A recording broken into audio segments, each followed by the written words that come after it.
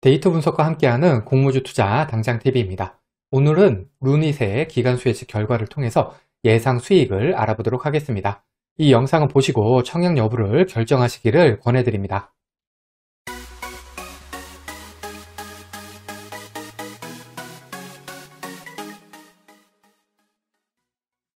구독, 좋아요, 알림 설정은 저에게 큰 힘이 됩니다. 먼저 루닛 회사 소개 세 줄 요약입니다.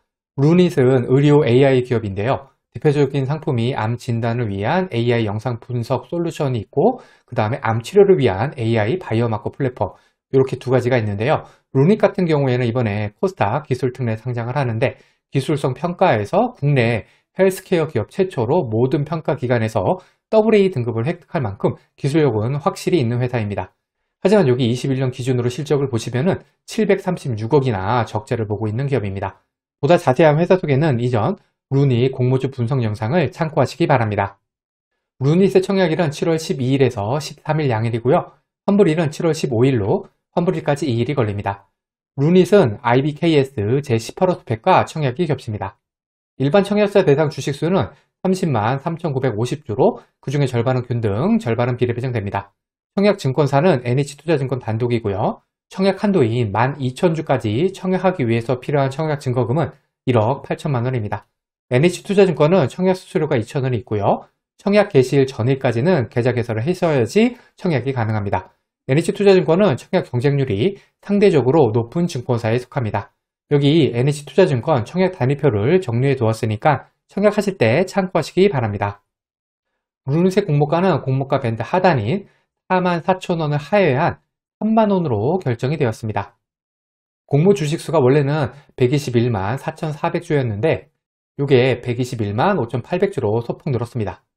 주목할 점은 우리사주조합 배정분이 8만 5천주였는데요. 이게 6만 7,386주로 줄었습니다. 아마도 실제 배정받을 직원을 기준으로 한 것 같은데 이 얘기는 회사에 대해서 가장 잘 알고 있을 직원들이 이렇게 공모가를 낮췄음에도 불구하고 1년 의무 보유가 걸려있는 우리 사주를 배정받고 싶어 하지 않는다는 것이죠. 따라서 이러한 부분은 좋은 소식은 아닙니다. 기간수 예측에서 수량 기준으로 공모가 밴드 상단이 49,000원 이상이 가격 미제시를 포함해서 70.17%로 상당히 많습니다. 하단인 44,000원 미만은 12.77%였습니다. 하지만 청약 건수로 보면은 44,000원 미만이 79.01%로 거의 대부분을 차지하고 있죠. 이게 무슨 얘기냐면은 루닛을 좋게 본 기관은 많은 수량을 신청을 했다는 것입니다.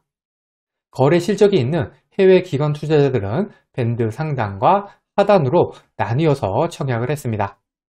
루닛의 기관 경쟁률은 7.10대 1이 나왔습니다. 이거면 정말 매우 낮게 나온 거죠. 의무 보유 하격 비율은 1.65%입니다. 의무 보유 하격 비율 역시 매우 낮게 나왔습니다. 그러면 21년 12월부터 지금까지 코스닥 상장한 총 54종목과의 비교 데이터입니다. 이때 스펙, 리츠, 공모규모 1조 이상 종목은 제외시켰습니다. 루닛의 기존 주주 유통하는 물량은 1,056억으로 전체 34위, 유통하는 물량 비율은 28.95%로 전체 32위입니다. 기존 주주 유통하는 물량 같은 경우에는 금액과 비율 모두 매우 나쁜 수준입니다. 총 유통하는 물량은 1,396억으로 전체 34위, 유통하는 물량 비율은 38.28%로 전체 24위입니다. 상장인 유통하는 물량 같은 경우에는 금액으로는 매우 나쁜 수준이고요. 비율은 나쁜 수준입니다. 루닛의 기간 경쟁률은 7.1대 1로 전체 35위, 꼴찌고요. 의무 보유 하격 비율은 1.65%로 전체 25위입니다. 기간 경쟁률은 매우 나쁜 수준이고 의무 보유 하격 비율은 매우 나쁜 수준입니다. 이번에는 시초가 기준 수익률, 손실 가능성, 그리고 더블 가능성을 알아보겠습니다. 기존 주주 유통하는 물량이 500억 이상이었던 종목은 4종목이 있었는데요. 공모가 기준 평균 시초가는 마이너스 3%, 즉 평균이 손실이고요. 초가가 공모가 아래였던 종목, 즉 손실이 났던 종목은 3종목으로 75% 확률, 초가가 더블이었던 종목은 없었습니다. 상장일 유통하는 물량이 1,000억에서 3,000억 사이였던 종목은 4종목이 있었고요. 평균 시초가는 마이너스 3%, 이것도 손실이었죠. 초가가 공모가 아래인 종목은 2종목으로 50% 확률, 초가가 더블이었던 종목은 없었습니다. 기존 주주 물량이나 총 유통하는 물량이나 모두 평균 시초가가 마이너스 3% 손실이고요. 손실 확률은 75%, 50%로 매우 높습니다.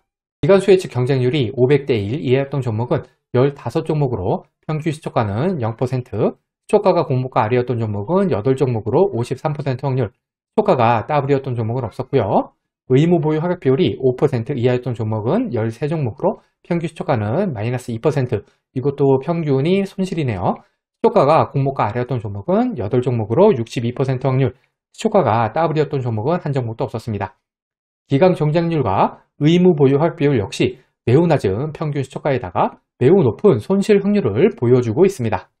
예상 수익률입니다. 앞에서 살펴본 항목들의 가중치를 1대, 3대, 3대, 3으로 두었을 때 루닛의 점수는 38점으로 전체 34위입니다. 루닛이 속한 40점 이하를 맞았던 종목은 3종목이 있는데요. 평균 시초가 산승률은 마이너스 1%, 시초가가 공모가 아래였던 종목은 2종목으로 67% 확률, 시초가가 더블이었던 종목은 없었습니다. 하지만 예상 수익을 잡는데 마이너스를 기준으로 잡을 수 없기 때문에 5% 상승을 기준으로 수익을 한번 계산해 보겠습니다. 먼저 예상 청약 건수와 청약 증거금입니다. 루닛과 비슷한 기간 경쟁률의 인카금융서비스, 스톤브리지 벤처스, 청담 글로벌의 청약 건수가 2.6만 건, 4.3만 건, 4.6만 건이었고 청약 증거금은 500억, 910억, 1908억이었습니다. 따라서 저는 루닛의 청약 건수는 한 3만 건, 청약 증거금은 700억 가정해 보겠습니다.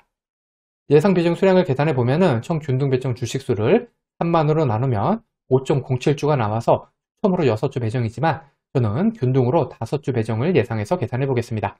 비례 경쟁률은 31대1로 46만원당 한 주 배정, 7천주 1억 500만원 청약 시에는 비례로 228주 배정 예상해 보겠습니다. 비례까지 청약 시의 예상 수익입니다.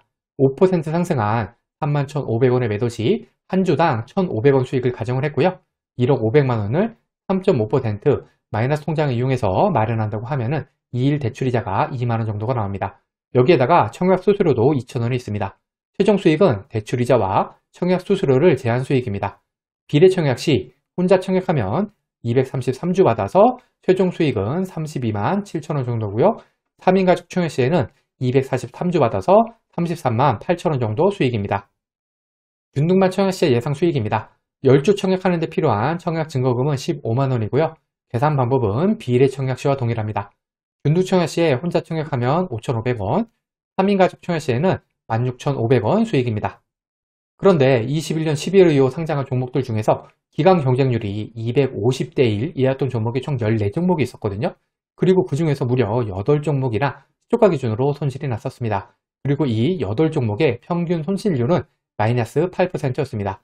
따라서 저는 마이너스 8% 손실인 경우도 같이 계산해 보도록 하겠습니다. 비례가치 청약 시와 균등만 청약했을 때의 수익 비교입니다. 이때 청약 건수 3만 건, 청약 증거금은 700억, 비례 경쟁률 31대1인 경우고요.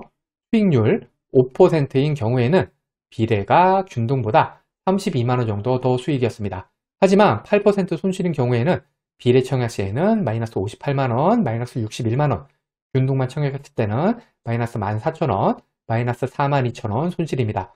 즉 비례가 균등보다 57만원 정도 더 손실입니다. 이런 종목 같은 경우에는 수익보다는 손실적 가능성이 조금 더 높기 때문에 이런 부분 주의하셔야 됩니다.